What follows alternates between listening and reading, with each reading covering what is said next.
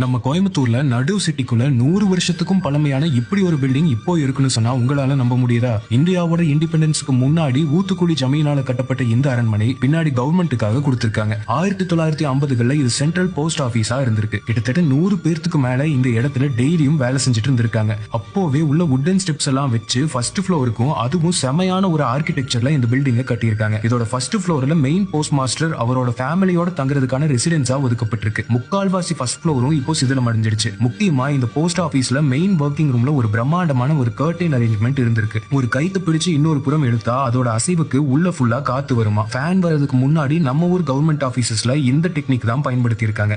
இது இழுக்க ஒரு ஆளுக்கு சம்பளம் வேற கொடுத்து வேலைக்கு வச்சிருக்காங்க. போஸ்ட் ஆபீஸ்னா நம்ம இப்போ பாக்குற மாதிரி எல்லாம் இல்லாம எக்கச்சக்கமான ஹால்ஸ் ரூமுகளோட மிக பிரம்மாண்டமா இருந்திருக்கு. ஏகதேசம் புழக்கத்துல இல்லாம கவனிக்காம விட்டதால இதுல இருந்து நிறைய பொருட்கள் இப்ப இட்டு போயிடுச்சு. சில பழைய கம்ப்யூட்டர்ஸ் வச்சு இங்க யூஸ் பண்ண ஃபிளாப்பி டிஸ்க்ஸ் எல்லாம் எங்களுக்கு கிடைச்சது. அப்போதைய கோயம்புத்தூர் ஏரியாஸோட பின்கோட்ஸோட கட்டி தொங்க விட்டு இந்த அட்டை இன்னுமே இருக்கு. இப்படிப்பட்ட ஒரு பொக்கிஷமான பில்டிங் மியூசியமா வச்சிருக்க வேண்டியது இப்போ இப்படி பாலடைஞ்சு போயிருக்கு. அவினாசி ரோட்ல அண்ணா சிலைக்கு பக்கத்துல இந்த பில்டிங் இருக்கு. பில்டிங் ரொம்ப மோசமான நிலைமையில இருக்கிறதால இங்க போறது சேஃப் இல்ல.